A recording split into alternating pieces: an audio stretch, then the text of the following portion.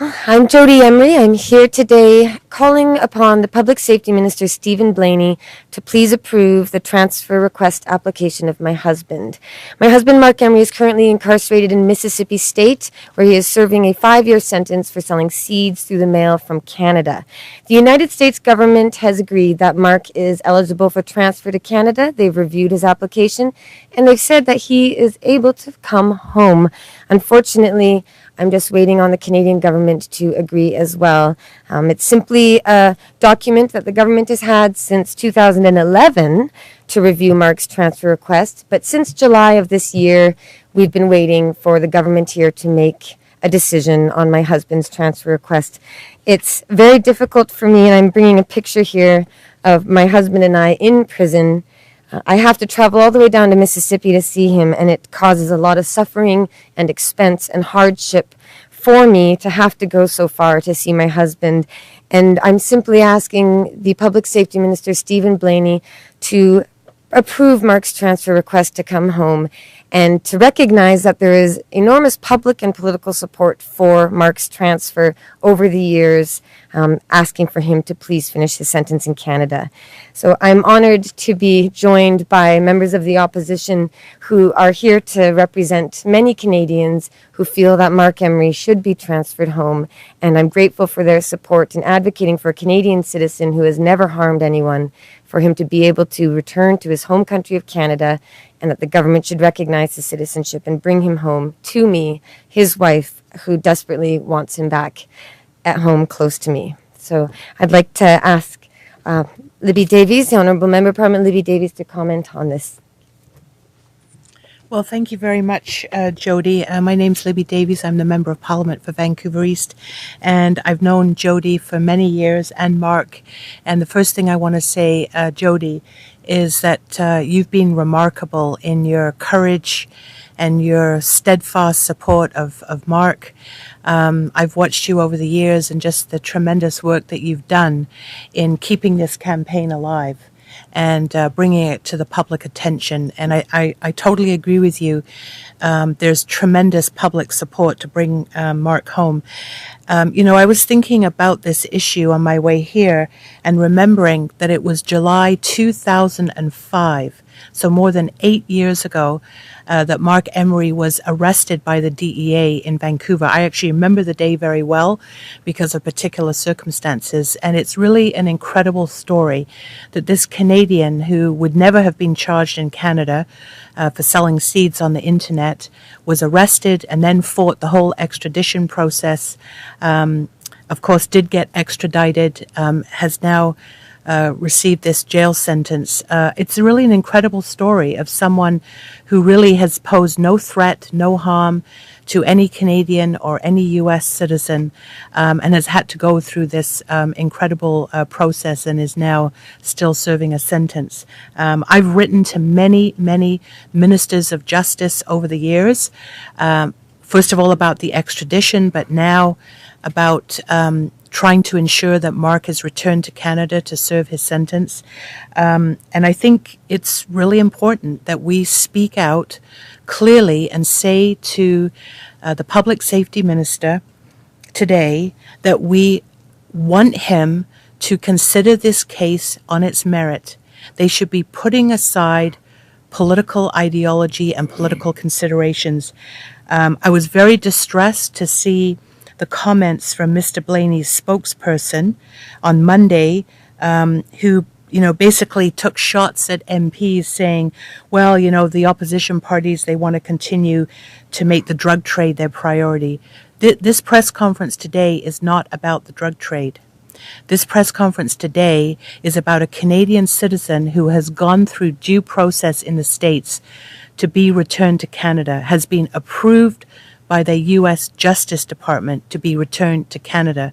So this issue is about whether or not we have a Minister of Public Safety who will be responsible and look at this application and not delay it until it's too late, but look at this application and to make a determination on whether or not Mr. Emery meets the criteria, which we believe he does eminently, and therefore should be returned to Canada so he can be close to his family, his wife, his community to serve out his sentence. It's that straightforward in terms of the issue that we're presenting today. So I'm very happy to be here. I'd also like to say that the NDP public safety critic, Randall Garrison, couldn't be here today. He's in Toronto, but he also very much supports Jodie and this application to the Canadian minister.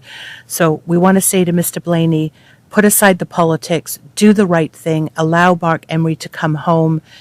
You'll be well supported by Canadians if you make that decision. Thank you. I'm Wayne Easter, the Member of Parliament for Malpeque for the Liberal Party of Canada and the Public Safety Critic for the party. And I too want to congratulate Jodie on her campaign to bring Marc home. It's the right thing to do. And I'm going to approach it a little bit of a different angle than Libby did. I'm a former Solicitor General, which is now called the Minister of Public Safety. And I've had considerable experience with the International Transfer of Offenders Act. In fact, I've signed quite a number of transfers when I was Solicitor General. And I think it's important to mention here what was the purpose of that act. And agreements signed with other countries to allow for the transfer of offenders between those countries, and in this particular case, it's the U.S. Simply put, if there's mutual agreement between the two countries, it would allow the prisoner, the offender, to be transferred closer to home. And when you believe in a rehabilitative system, and you believe in not punishing the family of the offender who's involved, then that makes a whole lot of sense. To bring the person who's been charged, the offender, closer to home so they can be with their family. So the family isn't suffering that they can't see, in this case, their husband. That's important to the family and important to the individual in terms of getting on with life when they get out of prison. And you know, until Vic Taves, I'm going to mention this, until Vic Taves came along as minister, it was almost standard procedure for a Minister of Public Safety or a Solicitor General to sign those transfers when there was agreement between the two parties involved. And I think we had to make a determination. If the prison system is all about vindictiveness and punishment, or if it's about rehabilitation and not punishing the other family members who are not the ones that are in prison. There's as Jodie said, Marc's transfer has been approved by the United States Department of Justice.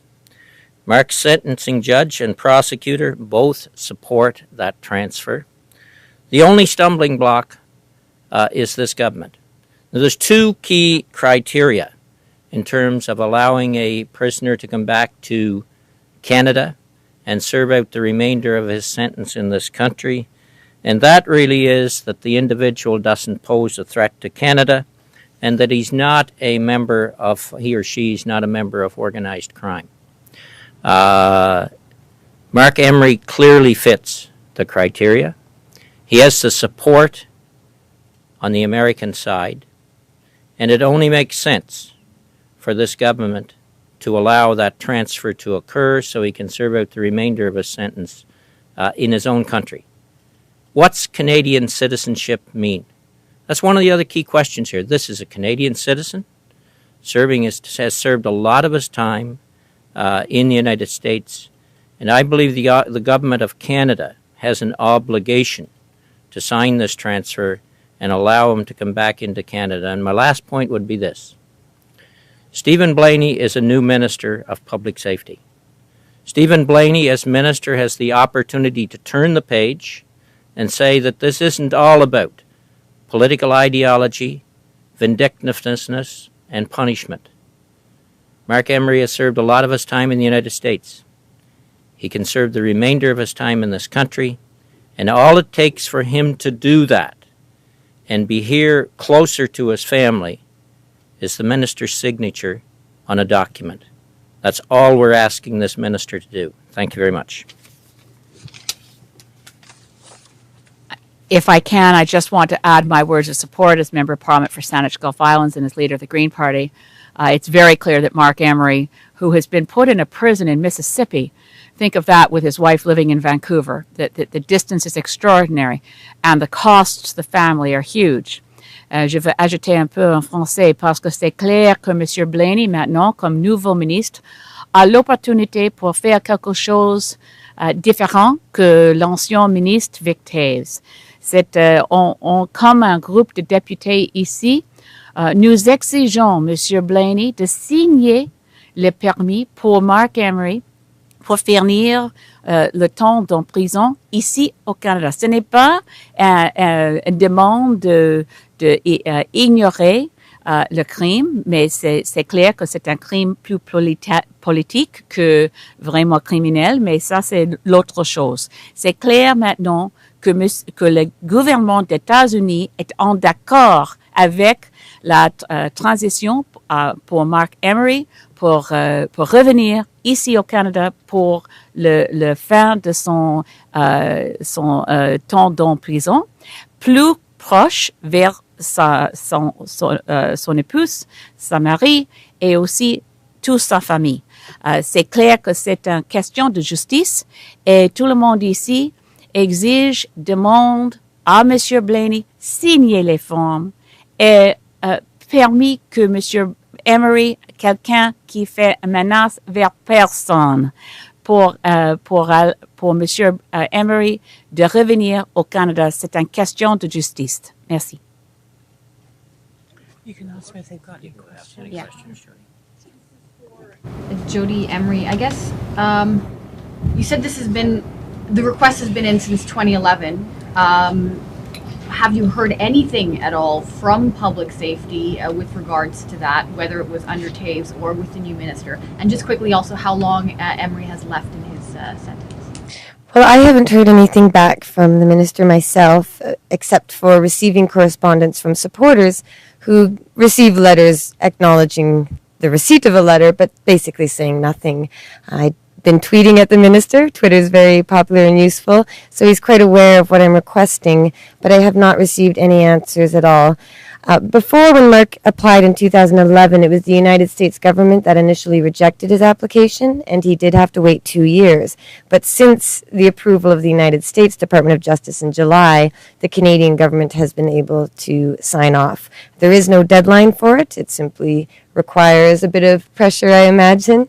But I haven't received any response whatsoever, and I do hope that I will receive one. Marc is doing a 5-year sentence. He was facing 30 years to life and accepted a 5-year plea deal, which began in 2010.